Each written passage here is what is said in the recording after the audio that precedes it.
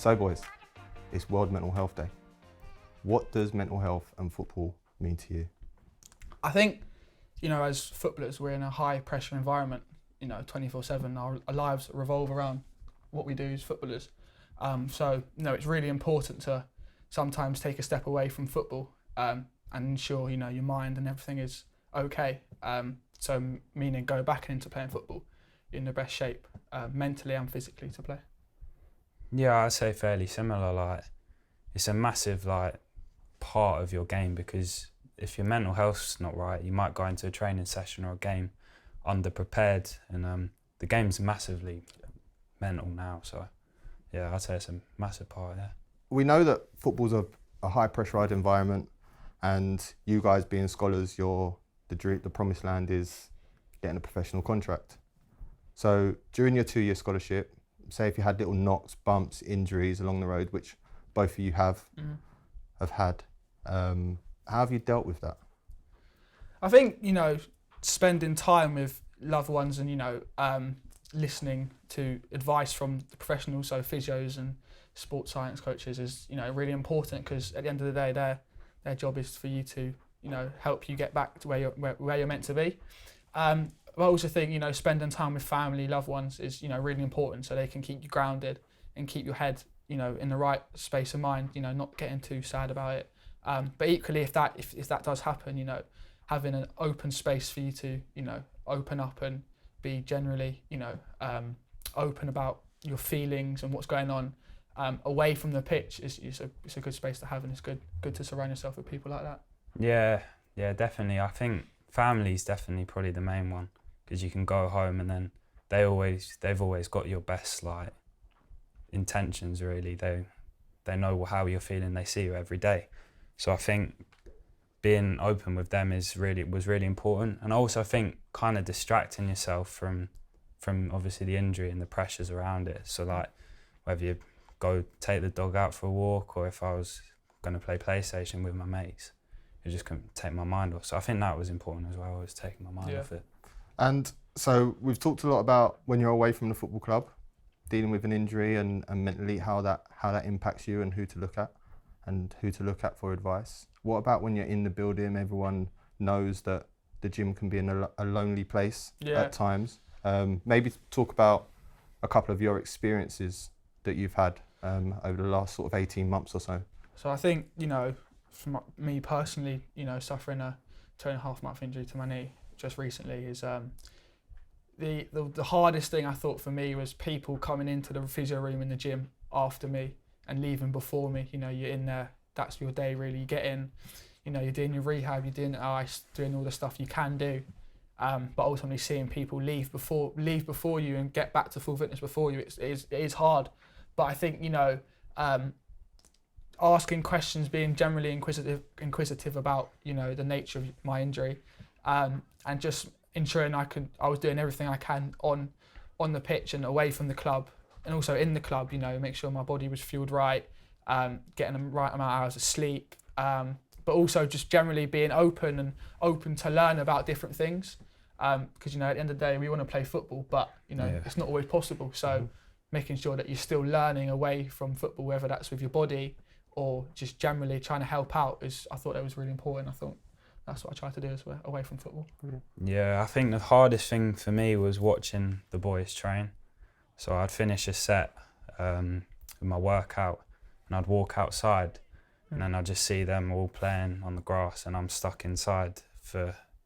I was out for 5 months with a CTFL ankle sprain, as you know, and it's a long period of time to watch people doing what you love and what you want to do. But yeah, the hardest thing was just watching the lads enjoy football when I was sidelined, really. In the environment, in the football environment, in the building, sort of who do you look to if you were struggling in any way possible? Who would you think would help you inside the football club? Well, there was actually when I walked outside, Will Nightingale came out to me, and he obviously very experienced player, club legend, and he asked how I was, and he obviously he was out with an injury as well, and his experience has kind of helped me get through my injury as well, because I could talk to him daily and he'd be asking how I was, and just having someone senior to kind of support you was really nice. I think, for myself, senior coach staff like yourself, you've been through what we were going through, or we were going through.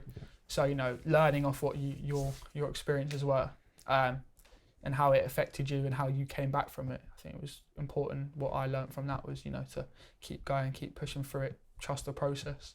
And yeah, that's where I am today. It's got me where I am, back fully fit. What pieces of advice would you give, not just people playing in football academies, trying to get professional contracts, but people that are similar age to yourselves, 16, 17, 18-year-olds that may be going through something at school, at home, in their social life, and they don't have anyone to speak to, or they feel they don't have anyone to speak to? What piece of advice would you give them? I think whatever you're going through as a person, there will be always someone to speak to, whether that's family, friends, loved ones, or even coaching staff, or in our scenario. But if kids are at school, school teachers, senior members of school, and I think being open and generally being honest about what you're going through, how you're feeling, because those people will, they've got your best intentions at heart, so they're gonna provide you with the best help they can, and so they will help you. You might not think that, but they will help you. They will try to help you, and I think that's important to remember, that there will be someone that will care. Which is hard to believe sometimes when you're going through hard periods of time. But there will be someone that will look out for you, and I think that's what. Yeah, I think. Yeah, there's loads of people that you can talk to. Obviously, there'll always be people around, but I think within yourself, you kind of got to find the energy to just say, look, today's a new day. I can work on something that I haven't worked on the previous day. I can get stronger in the gym and stuff like that. And then you mentally, you're trying to aim towards something, so you get a bit of motivation to keep going. But yeah, there's always going to be people to talk with, to speak with. Yeah. Would you like to share with us, or me, a typical time where you might not have felt great in the morning, and what did you do to get over that feeling and carry on with the rest of the day and not let it hold you back? Yeah, well, I was in the off season, so everyone was on their holiday. I was in on the off season with a physio, just me and him, doing all my rehab, getting my massages done, getting my ankle strapped, training, knowing that everyone else was off doing their own pre-season work, getting quicker, stronger, faster, and I was kind of just in the gym. I wanted to be out.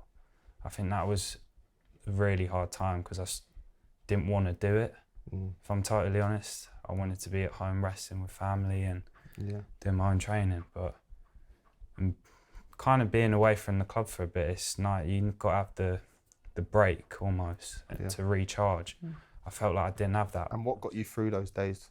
Family. I think the physios were really good with me as well. Like they always give me a timeline to something I could work towards with my injury.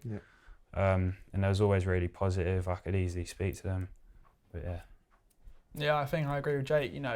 For me, physios originally telling me I tore my meniscus wasn't the greatest thing to hear. You're looking at lengthy periods of time out. But over time, keep reassessing. The physio's always reassessing every day. That torn meniscus eventually turned into fat pad irritation, which was better news. I'd still face a reasonable lengthy period away from the pitch, but it's the best news you could hear is you haven't torn anything, you won't be needing surgery. So it's good. And as long as the physios, you're working with the physios, you come in, work, they'll give you their best opinion. It's their job, it's their profession. And then, like Jake said, them giving you an end deadline, all right, you're going to work for this date till this date, and that's the date where you will be fully fit. I think is internally is it's like, well, I'm getting close to this date, I'm going to be back soon. It's very, it's positive to hear. Yeah, it is positive. Mentally, and it's good. And I think it's so important that you do set yourself little goals, and sometimes you feel like you're not moving forwards, but if you set yourself little tasks, things like I had a broken leg, and some days I was on crutches, and I couldn't walk to the toilet and go to the toilet properly, and you tick that off when you could go to the toilet without someone being by your side Yeah. and stuff like that. But that's a goal at the end of the day. Yeah. Walking up the stairs, it was a little goal for me. I knew I was getting back to being fit.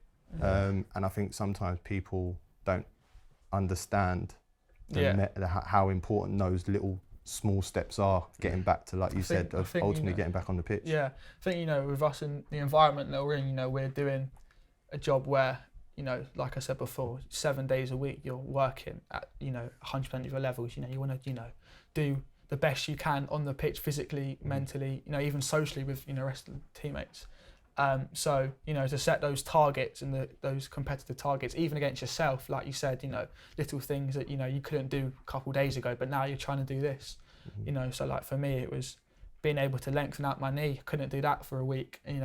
Day by day, I slowly was able to get it back to being straight, which was, really positive news for me, which I think kept me going, which allowed me to go from bent knee, can't walk on my knee, was on crutches like you, to, straighten out your knee, to finally walking and slowly running, jumping, and now fully fit, playing, eager to play again, which was, Yeah, I'd say for me, it's like, I'd like analyse, I'd say, oh yeah, this is a bad time, I can't do anything, I can't run, I can't like walk, almost, I was in a boot, and I was thinking, but what can I do that'll obviously better me in the long run? So I was like, I'll lift heavier.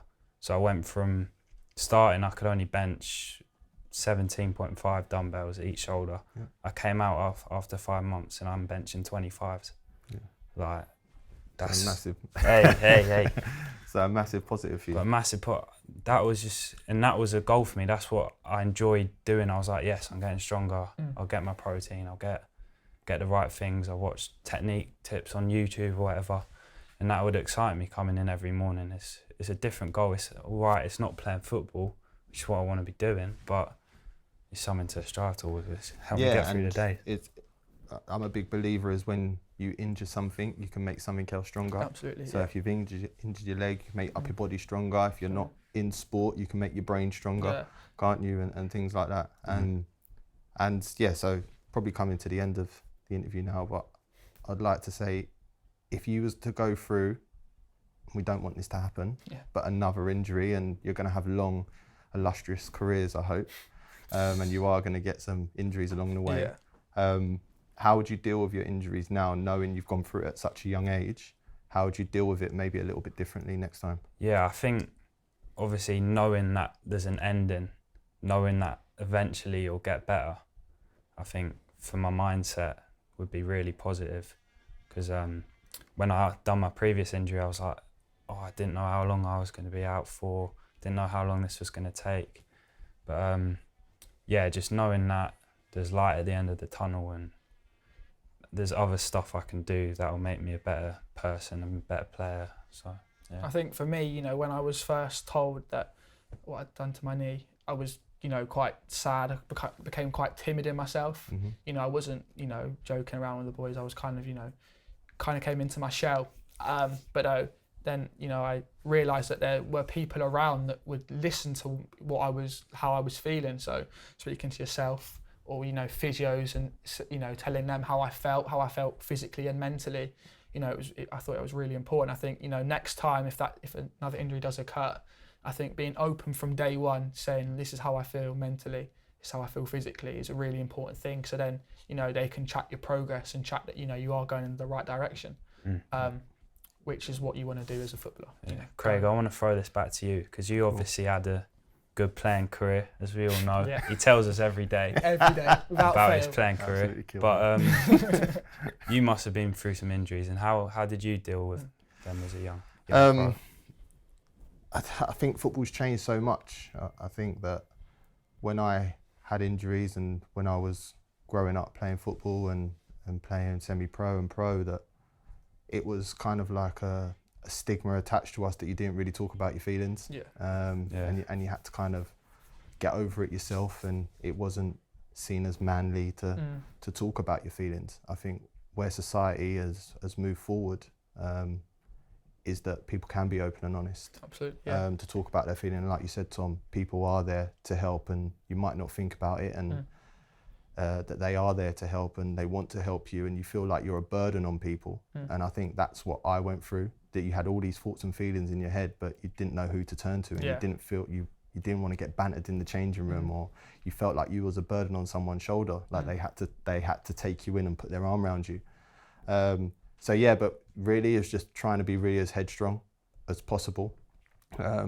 Try and not let it affect your football. I'm a believer that yes, you can have things that happen to you off pitch, but when you're on the pitch, I kind of think those feelings go away for a certain period of time, until you probably get to about 85, 87 minutes and you think this game's going to finish soon. I've got to go back to my life. Sort of thing. And so it's a hard one to think about while you're on the pitch, but I do think it does creep in somewhere, or you make a mistake and you hear someone in the crowd, or you hear a teammate or the opposition say something to you, and it might just trigger you. And then you might be gone out of the game for 10, 15 minutes. I think it's important to remember whatever job you're doing, whatever you will be, mental health does play a part in what you do. Definitely. You know, even as footballers, you know, you think, oh, it's such a physical game, but, you know, you need to realise that mentally you have to be so strong. And if, you know, you aren't strong, you know, there's always things you can do, always people to speak to that, you know, help you improve that, which hopefully then improve your game on the pitch. So I think, mental health is every day, right? Absolutely. Everyone lives with mental health. So why can't we start normalising it? I think that's what I say. I know, totally agree. Definitely.